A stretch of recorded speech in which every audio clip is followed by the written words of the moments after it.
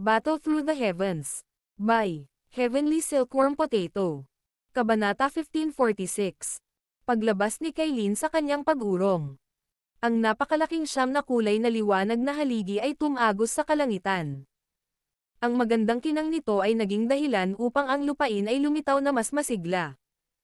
Ito ay ang biglaang hindi inaasahang pagbabagong ito ay nagdulot ng pagkagulat at pagkasindik ng marami.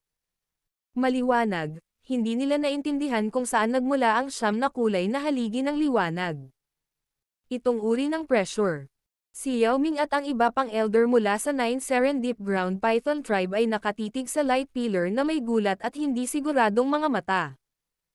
Natuklasan nila ang isang presyon na nagmula sa loob ng kanilang mga bloodline at kaluluwa. Bang! Ang napakalaking demon phoenix na katawan ni Huang Tian ay hindi napigilan sa oras. Marahas itong bumangga sa liwanag na haligi sa harap ng hindi mabilang na pares ng nagulat na mga mata. Isang malakas na tunog na nanginginig sa lupa ang biglang umalangaw-ngaw sa kalangitan. Tila nang inag ang langit at lupa dahil sa matinding banggaan na ito. Crack! Crack!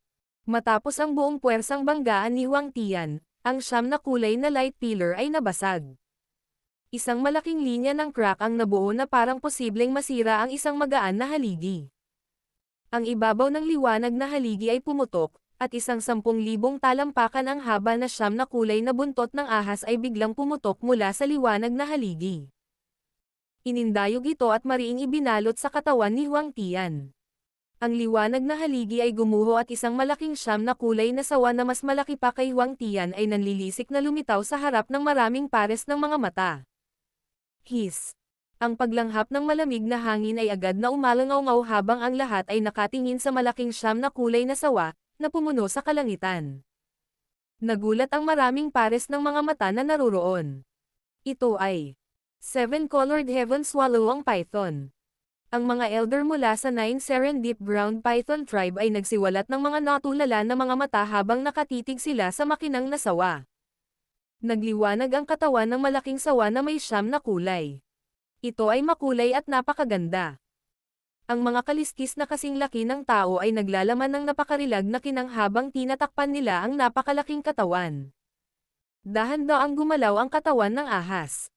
Ito ay malabo na naglabas ng matinding pakiramdam na tila madaling makabasag ng isang bulubundukin. Ang damdaming ito ay yumanig sa puso ng isang tao. Ito ay hindi isang 7-colored heaven swallowing python. Ito ay ang maalamat na 9-colored heaven swallowing python. Isang malakas na alon ang tila pumukaw sa puso ni Yao Ming sa sandaling ito. Ang 9-colored heaven swallowing python ay isang banal na nilalang na tila umiiral lamang sa mga sinaunang kwentong bayan. Mula sa isang tiyak na pananaw, ang gayong pag-iral ay mas malakas pa kaysa sa ninuno ng uri ng ahas na magical beast, ang ancient heaven python.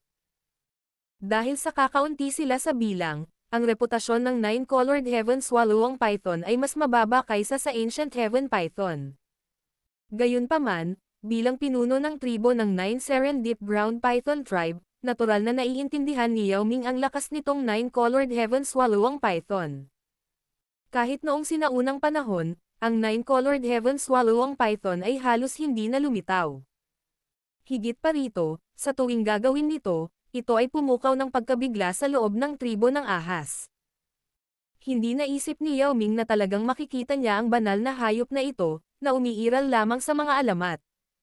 Ang kasalukuyang tribo ng 9 Serendip Ground Python ay ang tribo na may pinakamalapit na bloodline sa Ancient Heaven Python sa mga tribo ng ahas, ngunit ang pagmamataas na ito ay hindi man lang nagkakahalaga ng pagbanggit sa harap ng isang 9-colored heaven swallowing python dahil ang bloodline ng 9-colored heaven swallowing python ay medyo mas malakas kaysa sa Ancient Heaven View. Ang pressure mula sa kanyang bloodline ay nagmula dito. Talagang nagtataglay si Kailin ng ganoong pagkakakilanlan.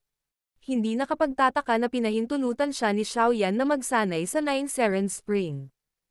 Sa sandaling ito, sa wakas ay naunawaan ni Yao Ming kung bakit pinahintulutan ni Xiaoyan si Kailin na magsanay sa loob ng tagsibol, na kahit siya ay hindi maaaring manatili ng matagal. Isang 9-colored heaven swallowing python. Paano ito posible? Paano magkakaroon ng anumang 9-colored heaven swallowing python na natitira sa kontinente? Ang malaking katawan ni Huang Tian ay mahigpit na pinigilan. Napatingin siya sa siyam na kulay na sawa sa kanyang harapan, na nakatitig sa kanya ng malamig na mga mata ng ahas at pinahaba ang dila ng ahas. Isang gulat na ekspresyon ang bumungad sa kanyang mga mata habang siya ay sumigaw ng hindi makapaniwala. Ang malaking sawa sa harap niya ay isang pag-iral na maihahambing sa Heaven Phoenix. Bakit pa ito umiral sa mundong ito? Ang mga snake eyes ng malaking siyam na kulay na sawa ay nanatiling nagyayelo kahit na umuungal si Huang Tian sa hindi makapaniwala.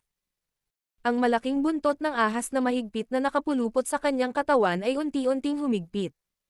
Ang nakakatakot na puwersang pagpisil na iyon ay binasag ang mga metal na balahibo sa katawan ni Huang Tian. Ang mga buto sa kanyang katawan ay patuloy na naglalabas ng kakaibang tunog. Kahit na ang espasyo mismo ay medyo nasira. Kalokohan. Isang pagkabigla at galit ang sumilay sa malalaking mata ni Huang Tian nang maramdaman niya ang malakas na presyon na bumabalot sa kanyang katawan.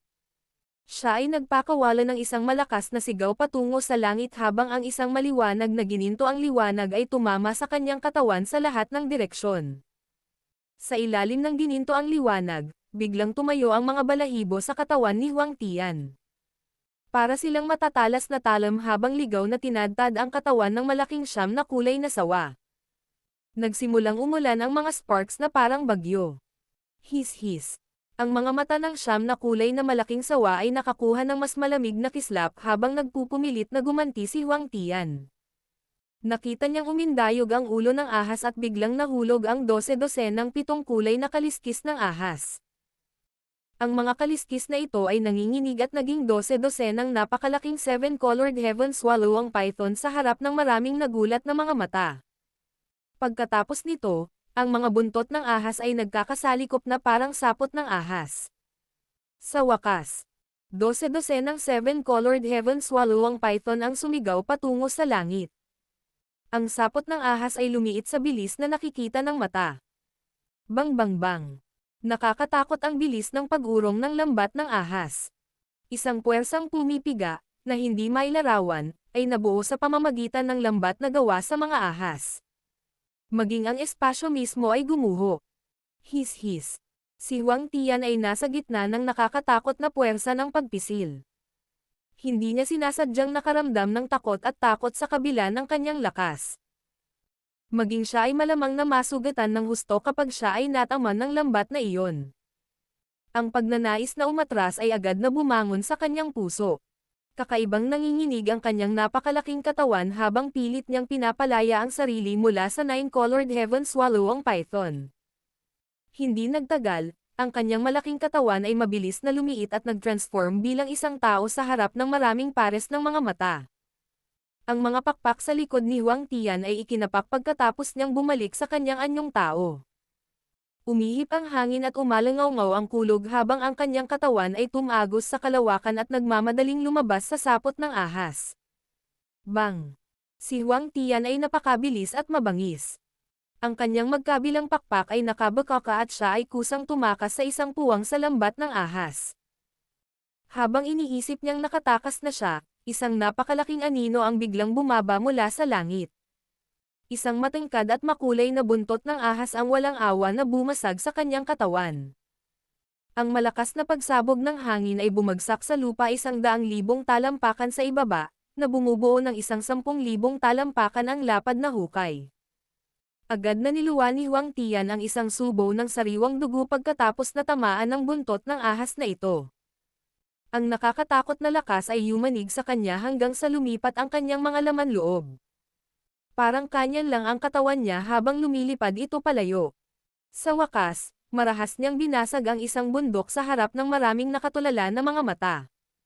Pagkatapos nito, nagpahid siya sa lupa at nakabuo ng 10,000 talampakan ang lalim na kanal bago siya huminto.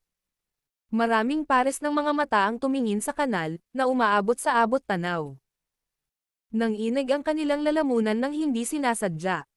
Ang kanilang mga mata ay nagkaroon ng karagdagang takot nang muli nilang tingnan ang 9-colored heaven swallow ang python sa kalangitan. Kahit isang ordinaryong elite na Daosheng ay malamang na maging isang madugong fog mula sa buntot na hampas na ito. Gulp! Ang mga katawan ng mga ekspertong iyon mula sa tribo ng Heaven Demon Phoenix ay tumigas sa sandaling ito. Natigilan ang mga ekspresyon nila. Walang sino man sa kanila ang nangahas na sumulong upang iligtas si Huang Tian dahil sa walang katulad na matinding pressure na nagmumula sa kalangitan. Habang ang buong kalangitan ay tila natahimik, ang napakalaking siyam na kulay na Heaven Swallowing Python sa kalangitan ay dahan-daang nagsimulang kulot ang malaking katawan nito. Pagkatapos, isang makulay at makinang na kinang ang lumabas sa katawan nito bago nagsimulang lumiit ang malaking katawan ng Heaven Swallowing Python. Sa wakas, ito ay naging isang magandang figure na may kaakit-akit na mga kurba sa harap ng maraming nagulat na mga mata. Ang kinang sa langit ay unti-unting nagkalat. Ang kaakit-akit na figure ay lumitaw sa mga mata ng maraming figure. Malamig, kaakit-akit, at may kakayahang magdala ng sakuna sa isang bansa. Ang puso ng marami ay tumibok ng mas mabilis nang makita nila ang nakakabighaning hitsura na ito na may halong yelo.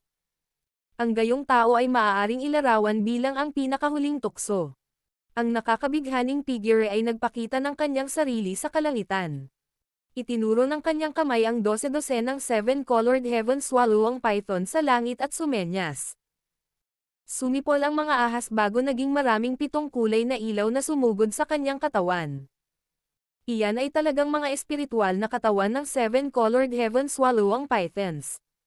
Pagkatapos lamang niyang simulan ang pagkolekta ng 7-colored Heaven Swallowing Python na iyon, si Yao Ming at ang iba pa ay nakagugulat na natuklasan na ang Heaven Swallowing Python na ito ay hindi gawa sa enerhiya.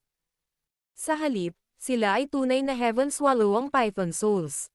12 ng 7-colored Heaven Swallowing Python Souls. Maging ang ulo ni Yao Ming ay medyo nahihilo matapos mapagtanto kung ano sila. Ang natitirang mga elder mula sa 9 Serendip Ground Python Tribe ay nagsiwalat ng mga mapurol na tingin, na parang mga tanga. Paanong ang napakarami sa mga napakabihirang 7-colored Heaven Swallowing Python na ito ay lilito ng sabay-sabay? Tuluyan ng hindi pinansin ng kagandahan sa langit ang kanilang pagkagulat. Ang kanyang mga mata, na naglalaman ng isang tamad na yelo, ay dahan-daang lumiwanag sa kanyang paligid, na para bang siya ay isang reyna na nag-iinspeksyon sa kanyang mga nasasakupan, lumilitaw na malamig at makapangyarihan, ngunit ang sinumang makalapit sa pares ng mga mata na ito, na naglalaman ng bakas ng catamaran, ay madarama ang kanilang mga puso na mas tumitibok. Ang ilan sa mga taong mahina ang pag-iisip ay nagpakita ng matangkad na pulang mukha habang ang Daochi sa loob ng kanilang katawan ay naging magulo. Ang mga mata ng malademonyong dilag ay saglit na dumaan sa lugar sa ibaba. Lumipat sila nang hindi huminto. Pagkatapos nito, bahagyang ibinaling niya ang kanyang ulo at tumingin sa isang lugar na di kalayuan sa likuran niya. Nakatayo sa ere ang isang binata na nakasuot ng itim. May kaunting ngiti sa mukha niya. Isang pares ng maitim na mata ang napuno ng saya. Huminto ang kanyang mga mata sa batang figurang iyon habang ang bibig sa kanyang nakakabighaning mukha ay dahan-daang umangat sa isang arko. Siya ay tulad ng isang namumulaklak na piyani na puno ng mahusay na pang-akit. Nakakapukaw ng kaluluwa ang kanyang kagandahan. Battle Through the Heavens. Kabanata 1547. Hindi inaasahang pagbabago. Si Xiao Yan ay medyo nawalan ng isip matapos makita ang nakakasilaw ng ngiti ni Kailin. Agad niyang iniling ang ulo at nakabawi. Mahina siyang tumawa. Nakumpleto mo na ba ang iyong pag-urong? Oo. Napangiti si Kailin. Ang kanyang singkit at magandang mata ay dahan-dahang dumampi kay Xiao Yan. Nakataas ang makitid niyang kilay na parang crescent. Nagtanong siya. Lumaki na ba muli ang iyong lakas? Hindi ko kayang ikumpara sa'yo. Binigay ni Xiao Yan ang kanyang mga kamay. Medyo walang magawa ang kanyang mga mata habang nakatingin kay Kailin. Mula sa hitsura ni Kailin, kitang-kita na ang kanyang lakas ay tumaas sa isang medyo malakas na antas sa panahon ng pag-urong na ito. Ito ay nag-iwan sa kanya ng bahagyang hindi makapagsalita. Nagtungo na rin siya sa ilalim ng bukal, ngunit wala siyang nakitang kakaiba tungkol dito. Pagkatapos pumasok ni Kailin sa tinatawag na ordinaryong spring na ito, marami na siyang natamo. Ang pagpapalang ito ay talagang nagdulot ng pagkainggit.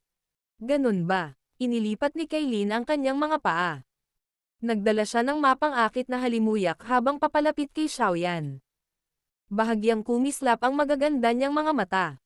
Ang kanyang mahabang pinong daliri ay biglang dumaikit kay Xiaoyan na parang kidlat na bilis. Ang isang siyam na kulay na kinang ay malabong naruroon sa dulo ng kanyang daliri habang ang isang misteryosong enerhiya ay tahimik na kumalat mula rito. Hindi sinasadyang umiling si Xiaoyan nang makita niyang sinusuri nito ang kanyang lakas. Isang pink na apoy ang bumangon sa kanyang harapan at ang daliri ni Kailin ay mapanganib na huminto sa labas ng apoy. Sinulyapan niya si Xiaoyan at sinabi sa isang nanghihinayang boses. Akala ko malalampasan kita pagkatapos umalis sa aking pag-urong. Kahit ngayon, malalim na naalala ni Kailin ang pakiramdam ng pagiging mas malakas kaysa kay Xiaoyan noon. Gayunpaman, ang kanyang medyo malakas na sarili ay medyo nanlumo na ang isang bagay na tulad ng pagiging mas malakas kaysa kay Xiaoyan ay malamang na hindi na muling lilito. Si Xiaoyan ay walang magawa. Si Kailin ay tila muling naging reyna medusa noon, na mahirap paamuhin, pagkatapos na umalis sa pag-urong na ito. Siya ay malamig at kaakit-akit. Bukod pa rito, nagkaroon din siya ng mas malaking kumpiyansa. Sige, itigil mo na ang panggugulo. Anong antas na ang lakas mo ngayon? Mapait na tumawa si Xiaoyan sa kanyang puso. Mabilis siyang naging seryoso at nagtanong matapos matuklasan na hindi makita ng kanyang espiritual na pagdama ang aktwal na lakas ni Kailin. Hindi dahil nalampasan niya ito, sa halip ay dahil ito sa sobrang misteryoso ng aura ni Kailin. Imposibleng sukatin niya ito. Ito ay dapat sa paligid ng isang 4-star Daosheng. Ngumiti din si Kailin at tumugon ng tapat pagkatapos makitang naging seryoso si Xiaoyan. Hindi alintana kung gaano siya kalakas at kung gaano siya kalakas kumilos sa publiko, ipinakita pa rin niya ang isang pambihirang init at pagkamasunurin sa harap ng kanyang lalaki. Ang pag-atake na iyon mula kanina ay tila hindi magagamit ng 4-star Daosheng. Bahagyang nagtaas ng kilay si Xiaoyan. Ang lumiliit na lambat ng ahas na iyon na pinakawalan ni Kailin kanina ay naging sanhi ng kahit isang kasing kapangyarihan ni Huang Tian na walang pagpipilian kundi pansamantalang samilong. Ang isang apat na bituin lamang na si Daosheng ay hindi nagawa iyon. Hiniram ako ng panlabas na lakas. Natural na walang itinago si Kailin kay Xiaoyan. Lumakad siya pasulong at naging mas malapit kay Xiaoyan. Pagkatapos nito, itinaas niya ang kanyang kamay. Bumagsak ang manggas niya at tumambad ang malajade niyang palso.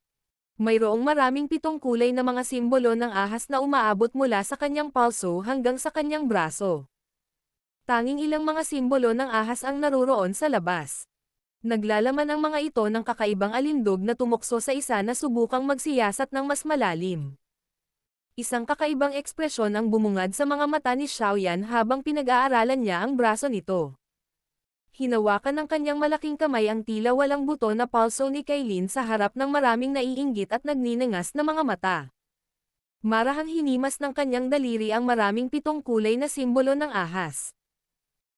Isang seryoso at gulat na ekspresyon ang bumungad sa kanyang mga mata makalipas ang ilang sandali dahil natuklasan niya na ang mga simbolo ng ahas na ito ay talagang nagtataglay ng kanilang sariling puwersa sa buhay. Sa madaling salita, ang mga simbolo ng ahas na ito ay hindi mga katawan ng enerhiya. Sila ay tunay na 7-colored heaven swallowing python. Ang ilalim ng 9 Seren Spring ay nagtatago ng pugad ng isang tribo ng 7-colored heaven swallowing python. Nakuha ko ang mana ng kanilang mga ninuno. May ilang mga ninuno sa kanila na may bahagi ng kanilang mga kaluluwa na naruroon pa rin sa kabila ng kanilang mga napinsalang pisikal na katawan.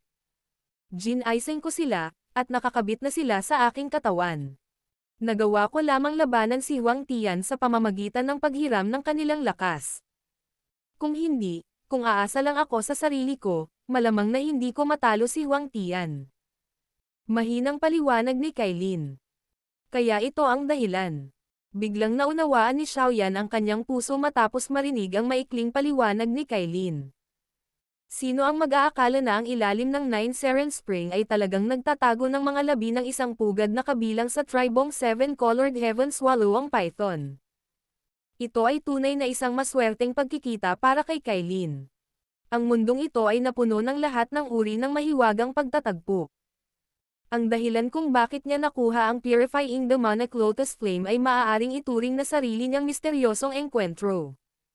Magkakaroon ba ng anumang mga problema? Dahan-daang idiniin ng daliri ni Xiaoyan ang isang simbolo ng ahas sa braso ni Kailin habang nagtatanong siya. Bagaman ang mga ninuno na ito ay nagtataglay ng ilang mga fragment ng kaluluwa, hindi sila kumpletong mga kaluluwa. Mula sa isang tiyak na punto ng pananaw, lahat sila ay makokontrol ko. Medyo nawalan ng gana ang ekspresyon ni Kailin habang siya ay sumagot. Nakahinga lang si Xiaoyan pagkatapos marinig ito. Inaliw niya. Ayos lang. Kung magkakaroon tayo ng pagkakataon sa hinaharap, maaari nating subukan at tingnan kung maaayos ba natin ang kanilang mga kaluluwa.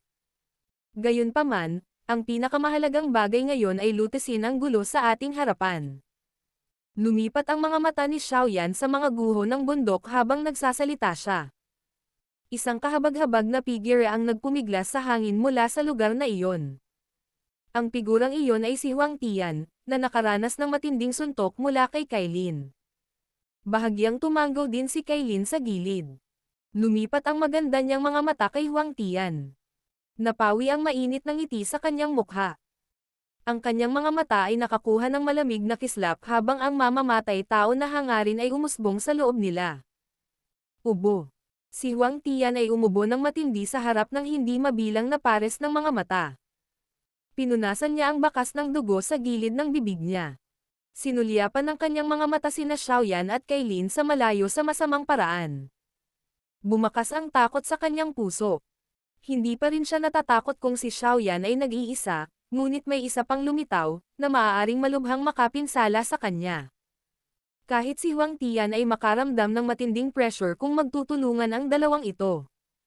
Kung alam ko lang na ang babae ni Xiaoyan ay isang 9-colored heaven swallowing python, hindi na sana ako nakialam. Gago. Namilog ang mga mata ni Huang Tian. Nakaramdam ng panghihinayang ang kanyang puso. Noong una, naisip niya na ang bagay na ito ay hindi magiging mahirap. Sino ang mag-aasam na ang gayong inaasahang pagbabago ay biglang magaganap? Tahimik ang buong kalangitan habang si Huang Tian ay tahimik.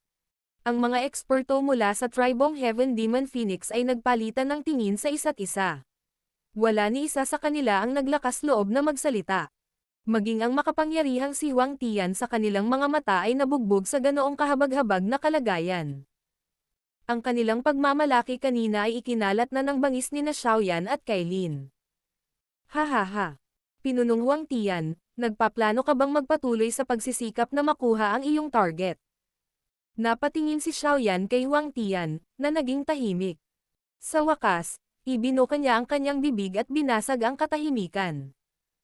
Namula ang mukha ni Huang Tian nang marinig ang tanong na ito. Ang kanyang ekspresyon ay pabago-bago ng isip habang patuloy itong mabilis na nagbabago. Sa wakas, sinabi niya sa paos na boses. Xiaoyan, natalo ang haring ito sa pagkakataong ito. Ang kaguluhan ay agad na napukaw matapos ang mga salita ni Huang Tian ay lumabas sa kanyang bibig. Walang inaasahan na ang pinuno ng tribo ng Heaven Demon Phoenix, na kilala sa loob ng Beast Region, ay talagang umamin ng pagkatalo. Hindi mo talaga iniisip na ang bagay na ito ay maaaring ipahinga sa pamamagitan lamang ng pag-amin ng pagkatalo, hindi ba? Ang boses ni Xiaoyan ay naglalaman ng ilang pangungutya. Gayunpaman, ang magkabilang mata niya ay naglalaman ng lamig. Kung dumating siya ng kaunti ngayong araw, maaaring may mali sa pagsasanay ni Kailin. Paano niya haharapin si Xiao Xiao kung may nangyari? Papatayin ba natin siya? Si Kailin sa gilid ay nagtanong sa mahinang boses. Isang pagpatay na hangarin ang nahayag sa kanyang tono. Medyo pangit ang ekspresyon ni Huang Tian matapos makitang hindi tumitigil si Xiaoyan sa paghabol sa kanya. Malamig niyang sinabi. Ang pagsasabi na inaamin ko ang pagkatalo ay hindi nangangahulugan na natatakot ako sa iyo. Kung talagang sasabak tayo sa isang todo laban, magagawa ko pa ring hilahin ang isa sa inyo sa yakap ng kamatayan kahit na hindi ako manalo. Inilipat ni Xiaoyan ang kanyang mga mata. Hindi nabawasan ang lamig sa kanyang mga mata habang ang isang siyam na kulay na kinang ay lumundag sa ibabaw ng katawan ni Kailin sa gilid. Si Yao Ming sa di kalayuan ay napabuka ang bibig nang makita silang naghahanda. Gayunpaman, sa huli ay pinigilan niya ang kanyang sarili sa pagsasalita. Mula sa kanyang pananaw, Hindi magiging kapaki-pakinabang kung talagang papatayin ni Xiaoyan si Huang Tian. Sa oras na iyon, ang tribo ng Heaven Demon Phoenix ay tiyak na maghahangad ng isang nakatutuwang paghihiganti. Nahaharap sa isa sa tatlong dakilang tribo, ang tribo ng Heaven Demon Phoenix, maging ang Sky Mansion Alliance ay magkakaroon ng matinding sakit ng ulo. Kung ang Hall of Souls ay tahimik na mamagitan, maaaring magdulot ito ng malaking sakuna para sa Sky Mansion Alliance, na maaaring sirain ito ng tuluyan. Ikaw. Medyo madilim ang ekspresyon ni Huang Tian, ngunit nakaramdam ng pait ang kanyang puso. Dahil sa kanyang kasalukuyang kalagayan, malamang na mamatay siya kung haharapin niya ng magkasama sina Xiaoyan at Kailin. Xiaoyan, ipapaalam sa iyo ng haring ito ang ilang balita. Marahil ay hindi ka na interesadong manatili rito pagkatapos marinig ito. Naningkit ang mga mata ni Huang Tian. Marahas niyang itinikom ang kanyang mga ngipin habang nagsasalita sa malalim na boses. Oh, bakit hindi mo sabihin sa akin at magkikita tayo? Tinaas ni Xiaoyan ang kanyang mga kilay at sumagot ng kalmadong ekspresyon. Hindi ka ba nagtataka kung bakit pinili ng haring ito na maglunsad ng isang kampanya at akitin ka mula sa Central Plains ngayon sa halip na mas maaga o huli? Bahagyang lumubog ang ekspresyon ni Xiaoyan. Nakatuon ang kanyang mga mata kay Huang Tian habang nagtatanong. Bakit? Napangiti si Huang Tian nang makita ang reaksyon ni Xiaoyan. Bigla siyang nagtanong. Mukhang maganda ang relasyon mo sa bagong Dragon Emperor ng Ancient Void Dragon Tribe, di ba? Unti-unting naging pangit ang ekspresyon ni Xiaoyan. Nagsimulang makaramdam ng pagkabalisa ang kanyang puso. Madilim ang tono niya habang sinasabing, huwag mong subukan ang limitado kong pasensya. Hihihi. Kung ako sa iyo, agad akong magmadali sa Empty Realm ngayon. Kung hindi, natatakot ako na maaari mo lang puntahan ang bangkay ng bagong Dragon Emperor. Tumawa si Huang Tian. Hindi talaga alam ng batang iyon ang kanyang limitasyon. Talagang iniisip niya na napakadaling pagisahin ang tribo ng Ancient Void Dragon. Ang ekspresyon ni Xiaoyan ay naging ganap na madilim. Bigla niyang itinaas ang palad niya. Ang Dragon Seal na nasa kanyang palad ay unti-unting lumabo sa sandaling ito. Agad na nanlamig ang kanyang mga paa. Tara na. Hinampas ni Xiaoyan ang kanyang palad pasulong nang hindi nagpapaliwanag ng anuman. Pinunit niya ang bakanteng espasyo. Walang sabi-sabing iginalaw niya ang kanyang katawan at mabilis na pumasok. Bahagyang kumunot ang noo ni Kailin sa likod niya bago siya dali-daling sumunod. Huang Tian, tatandaan ko ang bagay na ito ngayon. Kung may mangyari kay Ziyan, kukunin ko ang iyong buong Heaven Demon Phoenix Tribe na bayaran ang iyong buhay.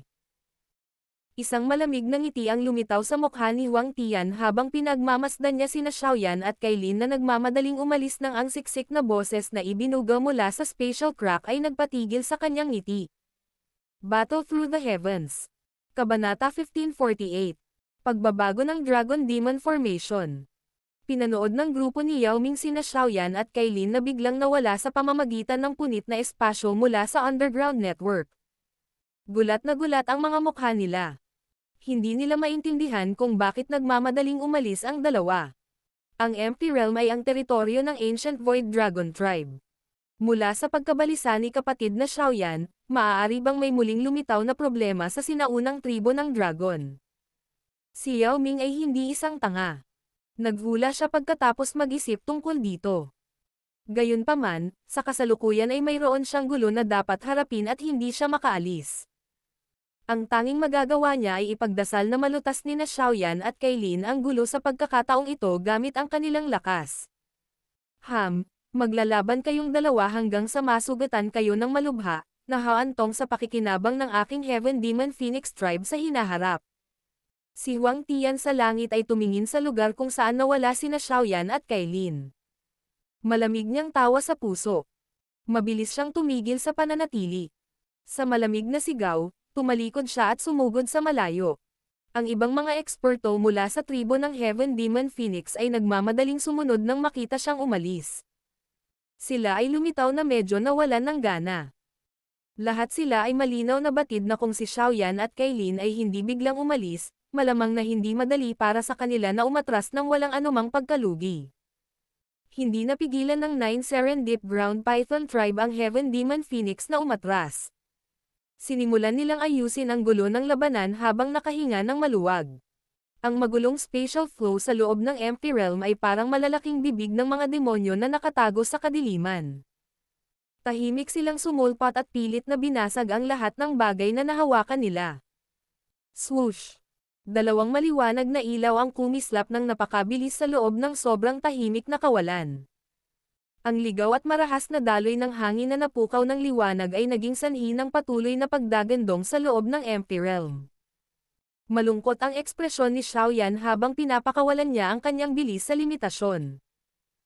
Mula nang matalo nila ang tatlong dakilang hari ng dragon sa huling pagkakataon, ang sitwasyon ng Ancient Void Dragon Clan ay pinapaboran ang Eastern Dragon Island. Hindi naging imposible para sa kanila na makumplito ang pag-iisa. Siyempre, ang tatlong dakilang hari ng dragon, na tumakas, ay maaaring maging hadlang sa tribo, ngunit malinaw na hindi nila nagawang magdulot ng maraming problema sa kanilang mga lakas. Ang linya ng pangangatwiran na ito ay palaging nasa puso ni Xiaoyan. Gayunpaman, ang sitwasyong nangyari ngayon ay nagpaunawa sa kanya na minamaliit niya ang pagiging komplikado ng bagay. Ang Dragon Seal ay humihina. Si Ziyan ay tila nasa napakahirap na sitwasyon. Damat, ano na lang ang nangyari sa Ancient Void Dragon Tribe? Ang direksyon na ipinapahiwatig ng Dragon Seal ay hindi ang Eastern Dragon Island. Mukhang wala si Ziyan sa Eastern Dragon Island. Mahigpit na kinuyam ni Xiaoyan ang kanyang kamao. Mabilis niyang pinigilan ang galit sa kanyang puso. Ang berdeng-pulang buto na mga pakpak sa kanyang likod ay nakaflap. Ang kanyang bilis ay muling nadagdagan habang siya ay mabilis na sumugod sa direksyon na ipinahiwatig ng Dragon Seal. Walang magawang umiling si Kailin matapos makita si Xiaoyan na mabilis na tumakbo mula sa likuran. Hindi siya kumibo habang nagmamadaling sumunod. Isang dugong liwanag ang bumungad mula sa isang tiyak na lugar sa Empty Realm. Ang bango ng dugo ay malinaw na maaamoy kahit 10,000 talampakan ang layo. Ang pinagmulan ng liwanag ng dugo ay isang malaking isla na lumulutang sa Empty Realm. Ang isla ay napuno ng isang eskarlata na kulay, na para bang ang isla ay tinina ng dugo, na nagbibigay dito ng isang masamang hitsura. Maraming mga figure ang pinagsama-sama sa malayong kalangitan ng malaking isla, na pumapalibot sa islang ito at walang pinahihintulutang dumaan. Ang mga taong ito ay nagpapakita ng takot at madilim na mga ekspresyon. Isang galit ang bumalot sa kanilang mga mata habang nakatingin sila sa Dragon Island. Dragon Transforming Demon Formation. Itong bastos Northern Dragon King. Ang Dragon Transforming Demon Formation ay isang ipinagbabawal na pamamaraan ng ating sinaunang dragon na nawasak libu-libong taon na ang nakakaraan. Paano niya ito magagamit? Galit na umungal ang isang puting buhok na matanda sa kalangitan sa itaas ng isla. Natahimik ang mga elder mula sa Eastern Dragon Island sa gilid matapos itong marinig. Narinig lamang nila ang mga alingaw-ngaw tungkol sa ipinagbabawal na pamamaraan na ito. Ang taong namamahala sa lihim na pamamaraan na ito ng sinaunang tribo ng dragon ay ang lolo ng hari sa Hilagang Dragon. Ang Dragon Transforming Demon Formation ay winasak din niya.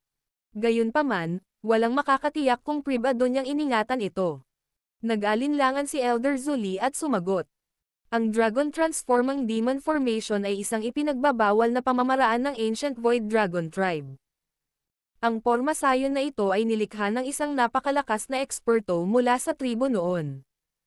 Sa sandaling nabuo ang pormasayon na ito, lahat ng nasa loob, maliban sa taong nasa gitna ng pormasayon, ay madudurog sa mga pool ng dugo.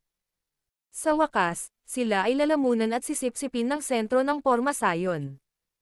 Kaya, ang lakas ng taong iyon ay tataas ng husto, ngunit ang pormasayon na ito ay masyadong madyugo at malupit. Sa makatuwid, ito ay inuri bilang isang ipinagbabawal na pamamaraan at pagkatapos ay nawasak. Walang inaasahan na ang Hilagang Dragon King na ito ay marunong gumamit nito. Bukod dito, ang naging dahilan ng pagiging manhid ng anit ng isang tao ay ang lokong ito ang aktwal na nag-activate ng formation sa buong Northern Dragon Island. Dapat malaman na maraming eksperto mula sa tatlong Dragon Island ang nagtipon dito dahil sa kanilang alyansa. Maliban sa maliit na bilang ng mga eksperto sa isla, ang karamihan ay naging mga pool ng dugo at nilamon ng Hilagang Dragon King sa gitna ng formation. Matapos lumunin ang napakaraming miyembro ng tribo, ang lakas ng Hilagang Dragon King ay umabot na sa medyo nakakatakot na antas. Hahaha. Ikaw na walang muwang at walang karanasan na babae, ang haring ito ay orihinal na nagpaplano na pahintulutan kang mabuhay ng mas mahaba. Sa hindi inaasahan, talagang naglakas loob kang mamuno ng hukbo at umatake. Ganun din. Ang haring ito ay walang sapat na bilang ng mga sakripisyo. Kung lalamunan kita, ang aking kadugo ay tiyak na hihigit sa lahat ng mga ninuno ng sinaunang Void Dragon sa panahong iyon. Hahaha. Ancient Void Dragon Tribe. Ang siksik na ilaw ng dugo ay naglalaman ng madugong pabango habang pinalilibutan nito ang malaking isla. Habang si Zuli at ang iba pa ay hindi nang ahas na humakbang pasulong, ang madugong liwanag na iyon ay biglang naglabas ng nakakalokong tawa. Isang nakakatakot na energy ripple ang naghiwa-hiwalay. Ang dalawang figure ng tao sa isang matinding labanan ay nagkalat sa fog ng dugo at lumitaw sa harap ng maraming pares ng mga mata. Ang isa sa dalawang figure ay si Ziyan, ngunit hindi siya nasa mabuting kalagayan. Mapatla ang mukha niya at medyo pagod ang aura niya. Ang parang likidong Dragon Slaying Sword sa kanyang kamay ay muling tinawag, ngunit ang Dragon Slaying Sword ay mukhang hindi kasing lakas ng huling pagkakataon. Isang kalahating tao na figure ang naruroon sa harap ni Ziyan. Napakalakas ng kanyang katawan. Ang mga kalamnan sa buong katawan niya ay tila nabubuhay habang patuloy silang gumagalaw sa kanyang balat. Umaagos ang mga alon ng dugo mula sa kanyang mga butas habang nanginginig ang mga laman sa kanyang katawan. Nagdulot ito sa kanya upang magmukhang isang taong may dugo na mukhang mabangis at nakakatakot. May kakaibang malaking ulo sa mga balikat ng taong may dugo. Tatlong mukha ang naruroon sa ulong ito. Ang tatlong mukha na iyon ay ang Western Dragon King, ang Southern Dragon King, at ang Northern Dragon King. Tatlong mukha sa iisang ulo ang nagpakirot ng tiyan ng isa. Klang-klang. Nagbuka ang mga bibig ng malahalimaw na tatlong mukha na iyon. Patuloy na umaagos ang dugo sa sulok ng kanilang mga bibig. Ang anim na iskarlata na mata ay napuno ng mabangis na hayop na parang karahasan. Bukod pa rito, ang kamay ng halimaw ay may hawak na malaking espada na nabuo sa pamamagitan ng gintong likido. Gayunpaman, ang gininto ang kulay ay hinaluan ng isang siksik na kulay ng dugo. Ang mga alon ng metal na tunog ay sumabog nang bumangga ito sa Dragon Slaying Sword sa kamay ni Ziyan, ngunit ang halimaw ay hindi nahulog sa isang dahado. Sa halip, ang paminsan-minsang baho ay nagtulak kay Ziyan sa isang mapanganib na sitwasyon. Northern Dragon King, bastos ka. Ang Western at Southern Dragon Kings ay kakampi mo, pero hindi mo man lang sila pinabayaan. Nilamon mo talaga ang kanilang pisikal na katawan at kaluluwa at naging isang halimaw. Ang mga mata ni Ziyan ay naglalaman ng apoy habang nakatitig sa halimaw. Pumutok ang dugo mula sa katawan nito habang galit na galit niyang sinumpa ang Northern Dragon King. Hihihi. Ang dalawang basurang iyon ay nasugatan mo ng husto. Mahihirapan silang maging dakila kahit na sila ay ganap na gumaling. Mas mabuti kung tulungan nila ako. Kahit na kinain ko na ang kanilang laman, ang haring ito ay nangako na tutulong sa paghihiganti. Kakaibang tumawa ang mukha ng Northern Dragon King sa ulo ng halimaw. Ang malaking espada sa kanyang kamay ay galit na tumama kay Ziyan ng parang kidlat na bilis. Pinilit ng nakakatakot na hangin si Ziyan na umatras sa pagtatalo. Matapos lumunin ang kanluran at timog na Dragon King, umasa siya sa transformang Dragon Demon Formation para makuha ang maraming eksperto sa isla.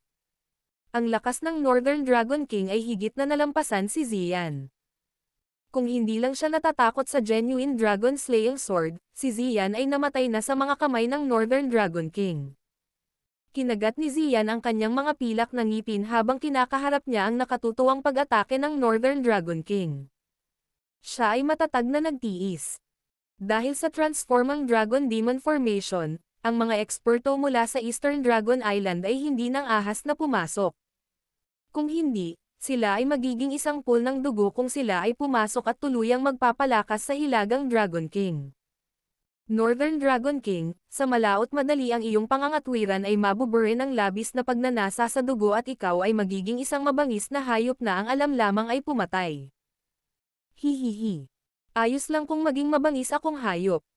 Ang Ancient Void Dragon Tribe ay maaari lamang pagsamasamahin ng haring ito. Ang Dragon Emperor ay maaari lamang maging ako. Ang kakaibang tawa ng Northern Dragon King ay biglang tumigil. Napahawak bigla ang palad niya sa lupa sa ibaba niya. Ang tatlong sinaunang miyembro ng tribo ng dragon sa lupa na may kahabag-habag na ekspresyon ay hinawakan at itinaas sa kalawakan. Pagkatapos nito, itinuring silang mga sandata habang walang awa silang ibinato kay Xian. Dragon Emperor, wala ka bang planong iligtas ang mga tao? Hihihi. Hahayaan ka ng haring ito na iligtas ka. Kinagat ni Xian ang kanyang mga pilak ng ngipin. Sinulyapan niya ang mga taong nakabalot sa ilaw ng dugo habang sila ay itinapon. Mabilis siyang lumipad at humampas ang kamay niya sa tatlo sa bilis na parang kidlat. Isang gintong liwanag ang sumiklab at ang kakaibang liwanag ng dugo ay nagkalat. Kasunod nito, isang alon ng nakatagong puwersa ang naghatid sa kanilang tatlo palabas ng transformang Dragon Demon Formation. Hihihi. Magaling na Dragon Emperor. Kahit ang haring ito ay medyo ayaw. Kakahatid pa lang ni Xian sa kanilang tatlo nang umilo ang dugo. Ang hilagang Dragon King ay lumitaw sa kanyang harapan sa paraang parang multo. Isang malupit na ekspresyon ang bumungad sa kanyang siksik na mukha. Ang kanyang malalaking kamay, na puno ng dugo, ay nabasag patungo sa balikat ni Xian sa bilis na parang kidlat. Grog. Isang nakakatakot na puwersa ang bumalot sa kanyang katawan mula sa kanyang balikat. Ang madugong singaw, na napuno ng nabubulok na baho, ay agad na nagdulot ng matinding sakit na pintig mula sa katawan ni Xian. Isang subaw ng sariwang dugo ang tumalsik habang ang kanyang maselang figure ay lumipad pabalik sa harap ng maraming nag-aalalang mga mata. Tapos na ang lahat. Ang sinaunang walang laman na tribo ng dragon ay pag-aari ko. Ang hilagang Dragon King ay nagpahayag ng galit na ekspresyon nang makita niya ang aura ni Xian na naging ganap na tamad. Isang malakas na tawa ang pinakawalan niya habang humahakbang pasulong.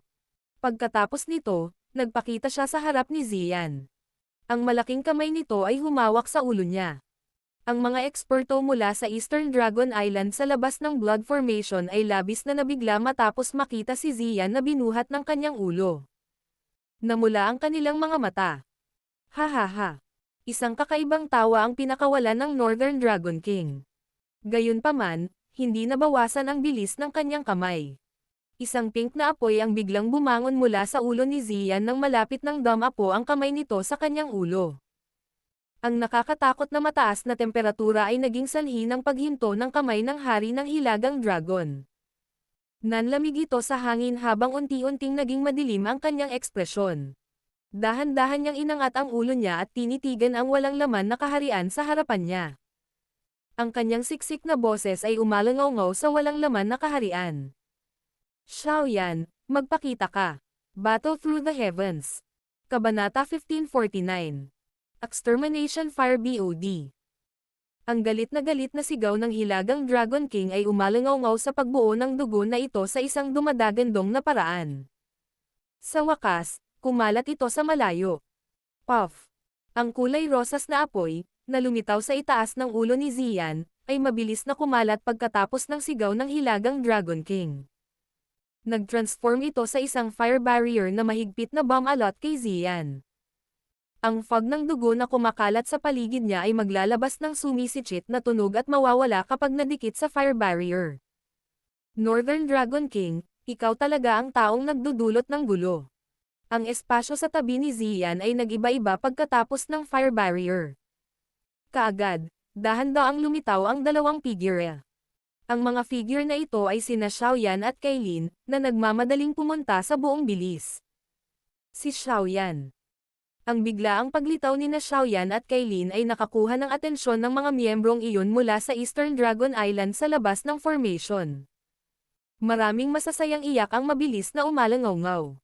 Hindi nagtagal, ang ilang elder ay muling naging libingan. Bagamat alam nila na si Xiaoyan ay isa ring elite na daosheng pagkatapos ng kanilang huling pagkikita, ang kasalukuyang sitwasyon ay ganoon na kahit isang ordinaryong Daosheng ay mamamatay. Bahagyang lumubog ang puso ng marami nang isipin ang kamatayan. Hihihi. Walang kwenta talaga ang kapwa Huang Tian na iyon. Naantala ka lang niya ng kaunting oras. Ang mga iskarlata na mata ng Northern Dragon King ay nanlilisik kay Xiaoyan habang ang lahat ay tahimik. Dinilaan niya ang dugo sa gilid ng kanyang bibig habang nagpatuloy siya ng isang makapal na ngiti. Gayunpaman, ayos lang. Napagpasyahan na ang sitwasyon. Ang pagpunta mo rito ay nag-aalay lamang sa akin ng sakripisyo. Kalmado ang ekspresyon ni Xiaoyan. Sinulyapan niya ang Northern Dragon King at huminto sa tatlong kakaibang mukha. Dahil sa kanyang espiritual na pangunawa, maaari niyang hulaan kung bakit ang lakas ng taong ito ay tumaas sa isang sulyap lamang. Bahagya siyang kumunot ang noo. Ang taong ito ay talagang napakabisyo. Ubo. Si Ziyan sa gilid ay biglang umubo ng isang subo ng sariwang dugo habang si Xiaoyan ay nakakunot ang kanyang mga kilay. Ang mukha niya ay kasing putla ng papel. Mabilis na kumalat ang dugo mula sa kanyang balikat at bumagsak sa kanyang katawan. Bagamat ginagawa ng konstitusyon ng Dragon Phoenix ang lahat ng makakaya upang makayanan, ang mga alon ng matinding sakit ay nagiging sanhi pa rin ng pamumutla ng ekspresyon ni Ziyan. Hihihi. Kahit nataglay mo ang konstitusyon ng Dragon Phoenix, kahit ikaw ay makakaramdam ng kakilakilabot pagkatapos na tamaan ng transformang Dragon Demon Formation. Ang hilagang Dragon King ay nagpakawala ng malakas na tawa sa kalangitan pagkatapos makita ang mahinang estado ng Ziyan. Halos ginawa niyang dugo ang buong populasyon ng Northern Dragon Island. Posible lamang na ibalik ang mga talahan na yan sa pamamagitan ng pagbabayad ng gayong nakakatakot na presyo. Ang kanyang puso ay natural na walang katulad na masaya matapos pilitin si Ziyan sa ganoong kahabag-habag na kalagayan. Bakit nandito kayong dalawa? Pinunasan ni Ziyan ang bakas ng dugo sa gilid ng kanyang bibig. Ang kanyang maputlang mukha ay nagbigay sa isa ng sakit sa puso. Ang kanyang medyo malamlam na mga mata ay sumulyap kina Xiaoyan at kay Lim habang mapait na sinabi. Ang usapin sa pagkakataong ito ay hindi na madaling malutas gaya ng huling pagkakataon. Nilamon ng taong ito ang kanluran at timog na hari pati na rin ang laman ng maraming miyembro ng tribo. Malabo niyang naabot ang 6-star Daosheng class. Isang 6-star Daosheng. Bagamat mabilis na tumaas ang lakas ni Ziyan sa loob ng 2 taon na ito, hindi pa siya nakakalusot sa 5-star Daosheng class. Sa kanyang lakas, hindi niya nagawang talunin ang hilagang Dragon King kahit na sa kanyang konstitusyon ng Dragon Phoenix. Napakalaki talaga ng agwat ng 2 bituin. Ngumiti si Xiaoyan sa kanyang ngunit hindi sumagot. Ang kanyang kamay ay marahang ipinatong sa balikat ni Ziyan. Ang nagpalabas ng madugong hangin mula rito. Bahagyang nakita ang malabong kulay rosas na apoy. Hihihi.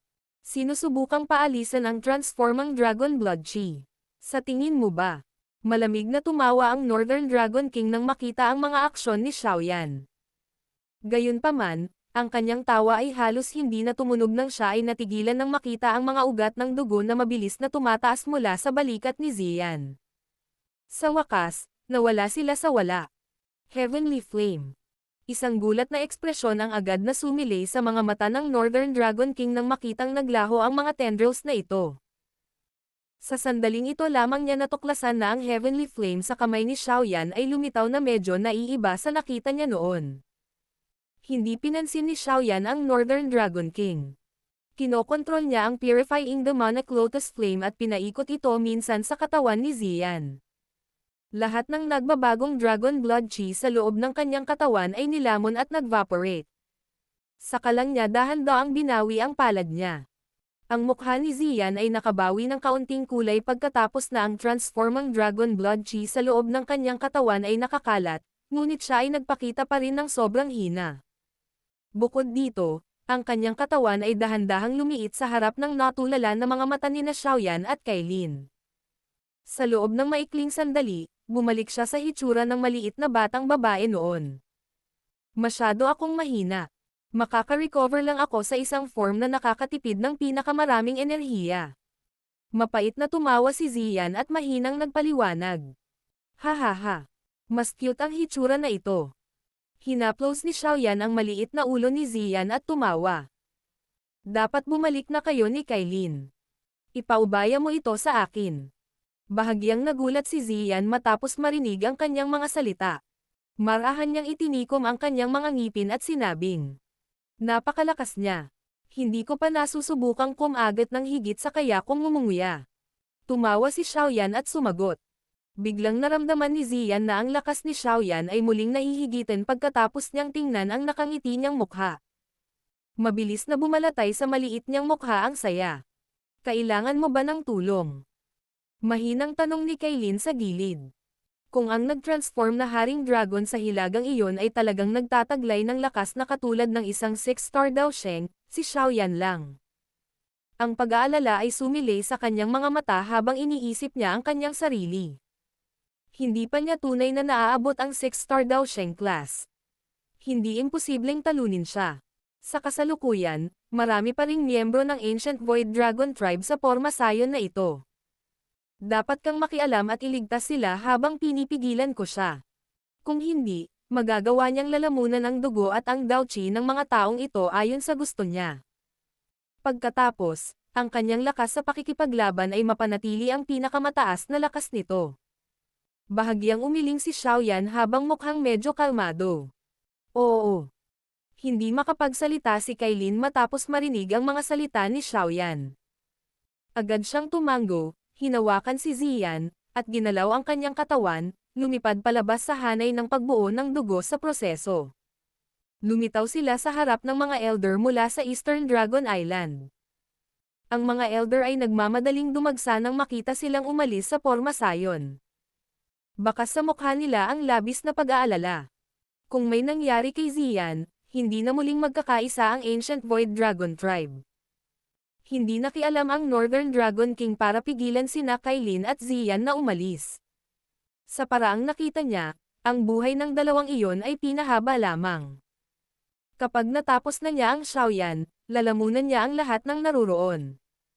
Isang mabangis na ngiti ang sumilay sa mukha ng Northern Dragon King matapos niyang isipin ang kagalakan mula sa pagtaas ng kanyang lakas. Ang iyong dugo at laman ay may kakaibang amoy dito. Ito ay katulad ng sa Dragon Phoenix, ngunit mukhang mas masarap ito. Ang iskarlata na dila ng hilagang Dragon King ay pinalawak. Dinilaan niya ang dugo sa mukha. Isang espesyal na kaguluhan ang mabilis na bumangon sa kanyang mga mata. Kakaibang pahayag niya habang nakatitig kay Xiaoyan. Inilipat ni Xiaoyan ang kanyang mga mata. Natural na alam niya ang sinasabi ng Northern Dragon King. May kabuuang 3 uri ng bloodline strength sa loob ng kanyang katawan. Ang masarap na lasa na ito ay dapat magmula sa kanila. Gayunpaman, hindi tumugon si Xiaoyan sa maling pagnanasa ng hilagang Dragon King. Itinaas niya ang kanyang kamay, at dahan-daang kumalat ang kulay rosas na apoy mula sa kanyang katawan. Ang nakakatakot na mataas na temperatura ay nagpasingaw sa nakapalibot na dagwang Dao Qi na bumabagabag sa kanya. Nakatuon ang mga iskarlata na mata ng Northern Dragon King nang ang napakagulong transformang dragon blood na si Dao Qi ay hindi man lang makalapit sa katawan ni Xiaoyan. Bagamat ang kanyang mamamatay tao na pagnanasa ay lumundag pagkatapos lumunin ang maraming tao, siya ay nagtataglay ng isang walang awa at maingat na kalikasan sa simula. Kaya naman, nanatili siyang alerto kahit sa sandaling ito. Ang iyong katawan ay nagtataglay ng Dragon Phoenix bloodline. Kung nagkataon, maaari mong matikman ang Dragon Slaying Sword. Ang mga mata ng Northern Dragon King ay kumikislap habang siya ay humakbang pasulong. Ang kanyang katawan ay lumitaw sa isang maikling distansya sa harap ni Xiaoyan na may bilis na parang kidlat. Ang malaking dugong pulang espada sa kamay ng hilagang Dragon King ay naglabas ng madugong amoy na bumubulusok sa ilong ni Xiaoyan habang walang awa itong tumama patungo sa kanyang ulo. Yellow Spring Palm. Umalis ang katawan ni Xiaoyan. Siya ay random na nagtapon ng Yellow Spring Palm sa proseso, at ang malaking Energy Palm ay sumipol pasulong. Chi, iyan lang ba? Ang hilagang Dragon King ay tumawa nang makita ang pag-atake na ito. Ang malaking espada na naglalaman ng dagwang Dao Qi sa kanyang kamay ay nalaslas at nahak ang Energy Palm sa dalawa. Pagkatapos nito, inindayog ang katawan ng espada. Nagpakawala ito ng tatlong malalaking sword blows na parang kidlat na bilis. Tinamaan nila si Xiaoyan na parang kulog. Ang berdeng-pulang buto na mga pakpak sa likod ni Xiaoyan ay ikinapak upang harapin ang matalim na pag-atake ng hari ng hilagang dragon, na bahagyang nakaiwas sa kanila. Bago pa niya mapatatag ang kanyang katawan, ang hilagang Dragon King ay muli nang mabangis na sumugod. Sunod-sunod na dumating ang mga pag-atake nang hindi siya binibigyan ng anumang oras para makahinga. Ang mga elder mula sa Eastern Dragon Island sa labas ng formation ay nakaramdam ng kaunting pagkabalisa sa kanilang mga puso matapos makita si Xiaoyan na nahulog sa isang dahado. Kung matatalo si Xiaoyan, ang Eastern Dragon Island ay talagang magdaranas ng matinding pagkatalo. Sa oras na iyon, sisalakay na naman ang baliw na Northern Dragon King. Ang buong tribo ng Ancient Void Dragon ay malamang na matapos. Bang! Marahas na nabangga ni Xiaoyan ang Northern Dragon King sa gitna ng maraming balisang pares ng mga mata na ito. Kumulo ang dugo sa kanyang katawan habang pasuray-suray na hakbang paatras. Halos-halos hindi niya maabot ang 6-star Dao Sheng class. Isang seryosong ekspresyon ang bumungad sa mga mata ni Xiaoyan habang pinipigilan niya ang medyo kumukulong dugo sa kanyang katawan. Hindi siya nakakuha ng magandang resulta sa ordinaryong Dao Qi habang nakikipaglaban sa kalaban ng may ganoong lakas. Maaari kong subukan ang diskarteng iyon. Bahagyang kumislap ang mga mata ni Xiaoyan. Mabilis niyang binawi ang aura sa kanyang katawan. Ang magkabilang kamay niya ay mabilis na nakabuo ng maraming lubhang dayuhang seal. Ang maliit na sihi sa loob ng kanyang katawan ay biglang nagmulat ng kanyang mga mata matapos magsimulang gumalaw ang mga kamay ni Xiaoyan. Mabilis na umangat ang kanyang katawan at huminto sa pagitan ng mga kilay ni Xiaoyan. Ang maliliit na kamay ni Little Yi ay bumuo ng parehong mga selyo bilang Xiaoyan sa sandaling ito. Xiaoyan, ito ay talagang pagnanasa sa pamamagitan ng pagtatangkang talunin ang haring ito gamit ang iyong lakas. Malamig na tumawa ang Northern Dragon King habang pinapanood si Xiaoyan na bumubuo ng mga handsil. Hindi niya binigyan ng oras si Xiaoyan habang ang malaking espada sa kanyang kamay ay walang awang humahampas sa ulo ni Xiaoyan habang sinasabayan ng malakas na hangin.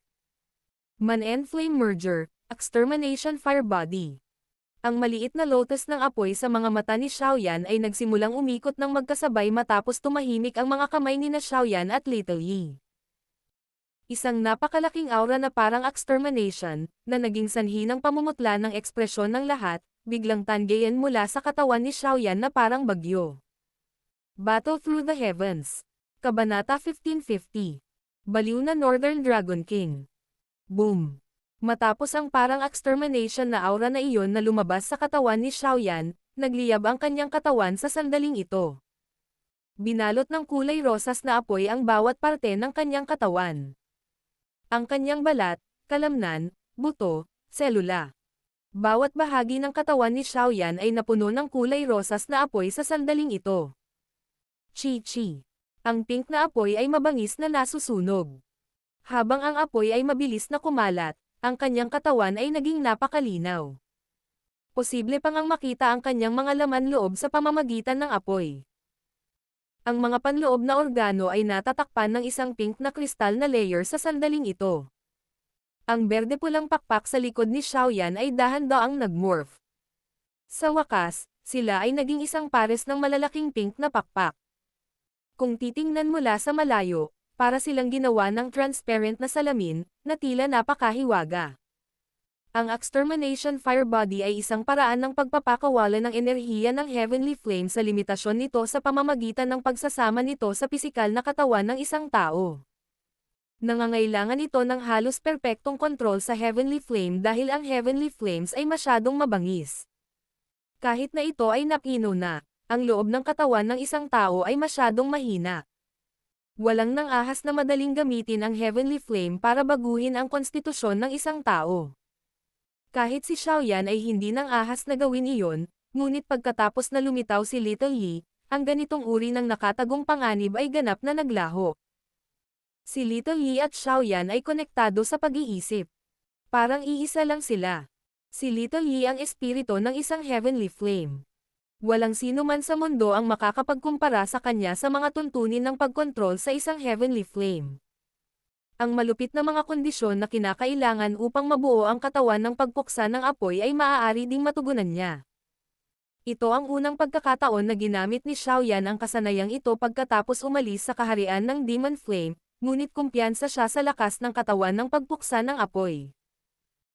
Mula sa isang tiyak na punto ng view, ang ganitong uri ng Extermination Fire Body ay ginagawa lamang ang sarili bilang isang movable Extermination Fire Lotus, na nagpapahintulot sa kanyang mga pag-atake na maging kasing takot ng Fire Lotus.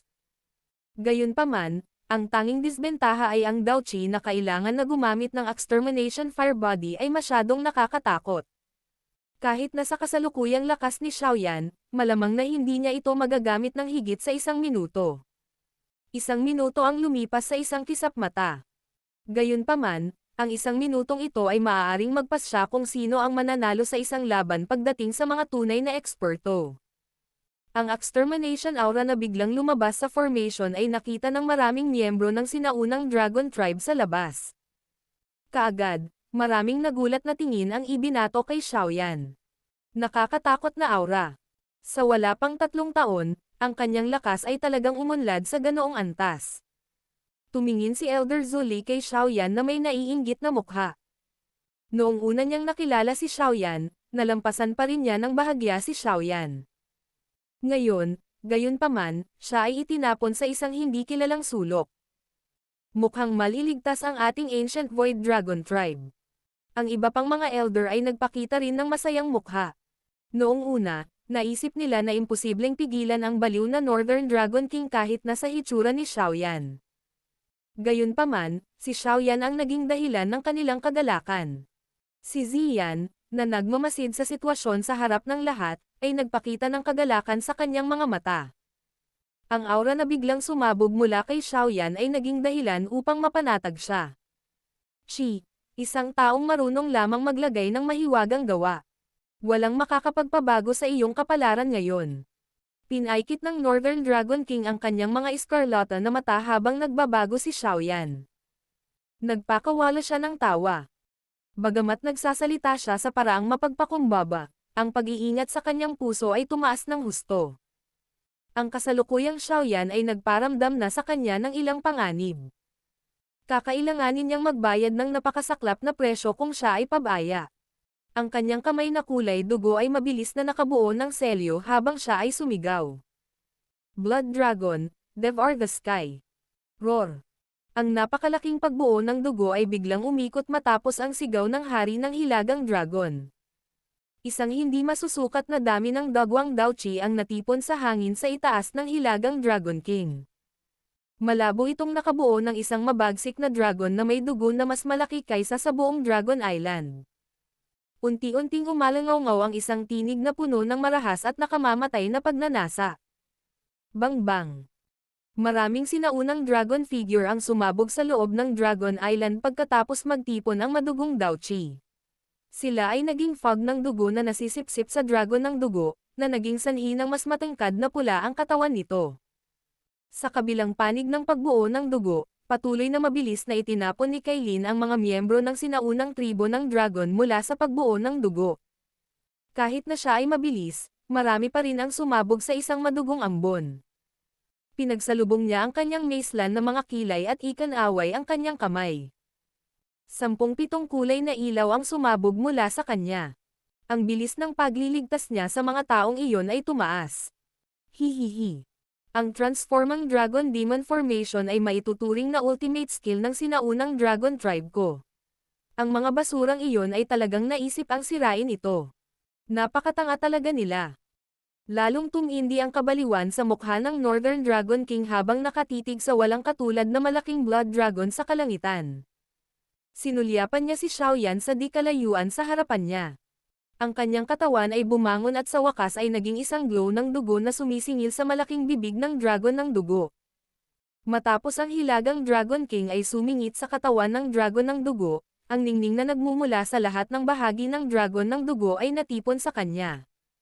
Isang malamlam na liwanag ng dugo ang bumungad sa ibabaw ng kanyang katawan.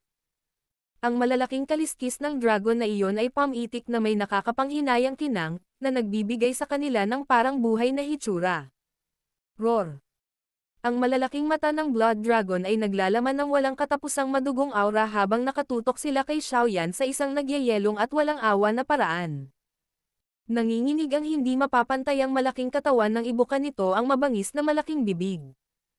Isang 10,000 talampakan malaking pag-ilaw ng dugo na naglalaman ng madugong aura, na naging sanhi ng pagbabago ng ekspresyon ng isa, sumugod kay Xiaoyan na parang galit na dragon.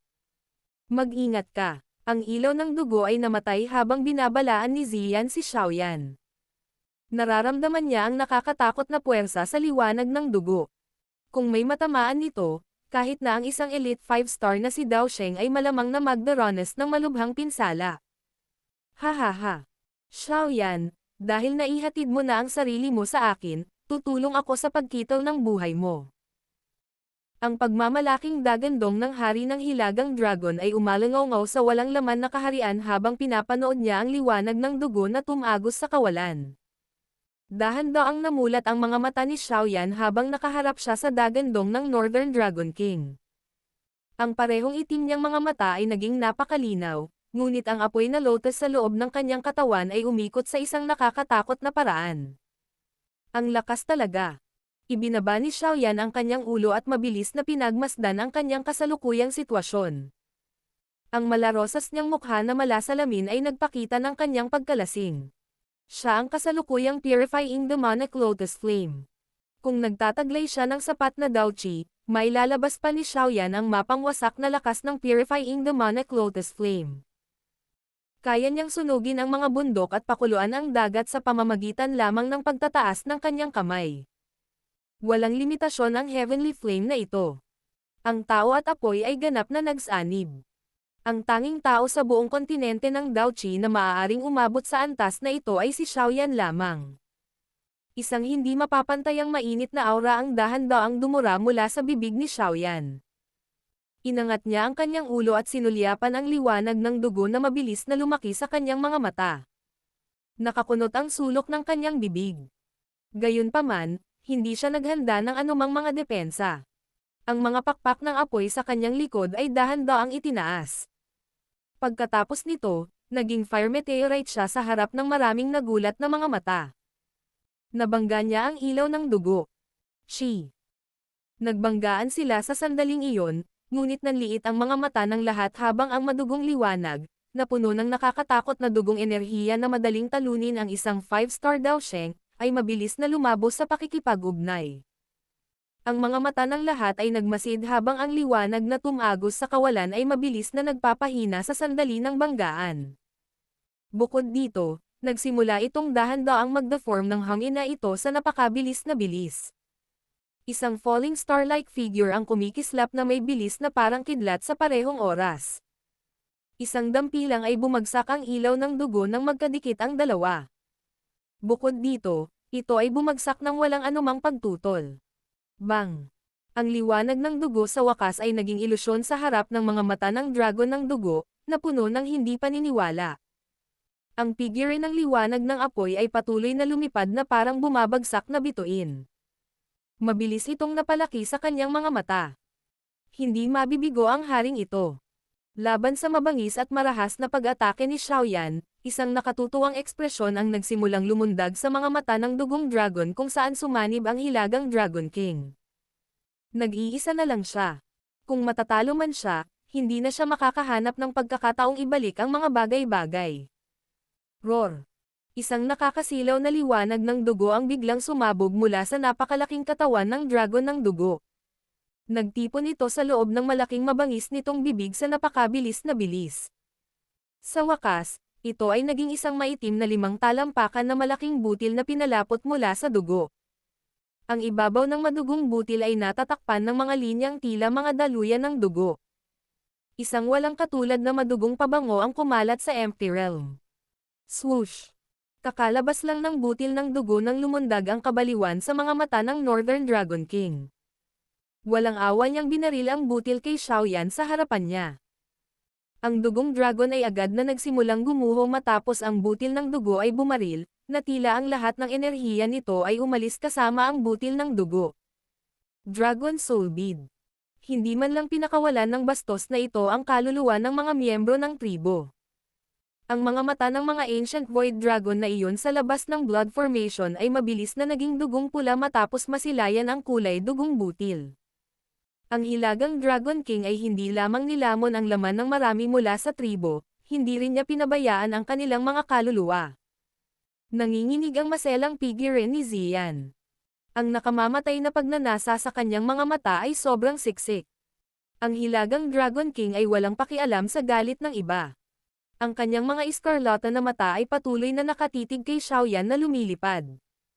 Pagkatapos ay nabangga ni Xiaoyan ang butil ng dugo. Isang malupit at mabangis na ngiti ang agad na sumilay sa kanyang mukha. Xiaoyan, pumunta at mamatay.